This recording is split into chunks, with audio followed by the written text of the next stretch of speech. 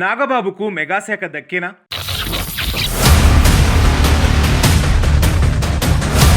తెలుగు సినీ పరిశ్రమలో పెద్ద కుటుంబాల్లో ఒకటైన మెగా ఫ్యామిలీకి ఈ సంవత్సరం అదృష్టం వరించింది. జనసేన అధినేత పవన్ కళ్యాణ్ పిఠాపురం నుంచి ఎమ్మెల్యేగా గెలిచి ఇప్పుడు ఆంధ్రప్రదేశ్ డిప్యూటీ సీఎంగా తన సత్తా చాటుతున్నారు. ఈ సంతోష సమయంలో మరింత గర్వకారణంగా మెగా ఫ్యామిలీకి మరో గుడ్ న్యూస్ వచ్చింది. మెగా బ్రదర్ నాగబాబును చంద్రబాబు తన కేబినెట్లోకి తీసుకుంటున్నట్లు అధికారికంగా ప్రకటించారు. మెగా బ్రదర్ నాగబాబుకు రాజకీయాలేం కొత్త కాదు.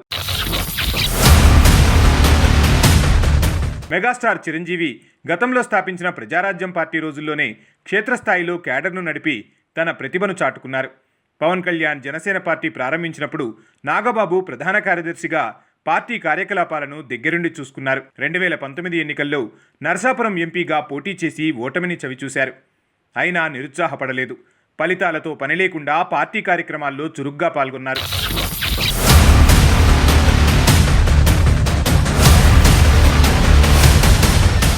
మొన్నటి ఎన్నికల్లో పిఠాపురం నియోజకవర్గంలో పవన్ విజయం కోసం నాగబాబు ఇంటింటి ప్రచారం చేశారు. రాజకీయాల్లో తమ్ముడికి వెన్నంటి నిలిచి పార్టీ కోసం త్యాగం చేసిన నాగబాబుకు ఇప్పుడు మంత్రివర్గంలో చోటు దక్కడం మెగా అభిమానుల్లో ఆనందాన్ని తెచ్చింది.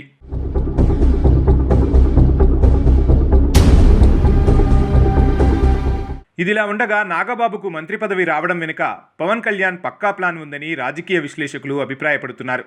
జనసేన ఆవిర్భావం నుంచి పవన్ కళ్యాణ్తో కలిసి నాగబాబు ఉన్నారు. మొన్నటి ఎన్నికల్లో నాగబాబుకు అనకాపల్లి ఎంపీ సీటు చివరిదాకా వచ్చి దక్కలేదు.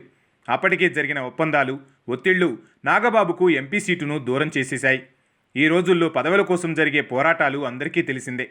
అలాంటిది అందిన ఎంపీ పదవి చేజారినా నాగబాబు చింతించలేదు. తాను అధికార హోదాలు అనుభవించాలన్న కోరిక ఏకోశానా లేదు అనేందుకు అనేక ఉదాహరణలు ఉన్నాయి. ఇవన్నీ పక్కన పెడితే కూటమి ప్రభుత్వంలో నాగబాబు కోసం అనేక పదవులు రెడీగా ఉన్నాయని టాక్ అయితే నడిచింది. కానీ వాటన్నింటినీ ఆయన కొట్టిపారేస్తూ వచ్చారు. కూటమి గెలుపు కోసం నాగబాబు ఎంతో చేశారు. ఆయనకు న్యాయం చేయాల్సిందే అన్న చర్చ సాగింది. ఇప్పుడు సడన్గా నాగబాబుకు మంత్రి పదవి అంటూ చంద్రబాబు ప్రకటించడంతో జనసేన నేతలు హ్యాపీగా ఫీల్ అవుతున్నారు. ప్రస్తుతం అడపాదడపా సినిమాల్లో నటిస్తున్న నాగబాబు ఎక్కువ సమయం జనసేన పార్టీ కోసమే కేటాయిస్తున్నారు. సోషల్ మీడియాలో ఎప్పటికప్పుడు యాక్టివ్గా ఉంటూ ప్రత్యర్థులకు తనదైన శైలిలో కౌంటర్స్ ఇస్తున్నారు. నిత్యం కార్యకర్తలు, నాయకులతో సమావేశాలు నిర్వహిస్తున్నారు. పవన్ కళ్యాణ్ నిర్వహించే సభలకు ఏర్పాట్లను పరిశీలిస్తూ నాయకులను సమన్వయం చేస్తూ వస్తున్నారు. అయితే నాగబాబుకు ఏ శాఖను కేటాయిస్తారనే దానిపై త్వరలోనే క్లారిటీ వచ్చే అవకాశం ఉంది. పవన్ కళ్యాణ్ కోరికతో పాటుగా జనసేన పార్టీకి నాగబాబు అందించిన సేవలకు గాను ఆయన్ను కేబినెట్లోకి తీసుకున్నట్లు తెలుస్తుంది. మరి నాగబాబు శాసనసభలోనూ శాసనమండలిలోనూ మెంబరు కాదు కదా అంటే దానికి దారి ఉంది అంటున్నారు.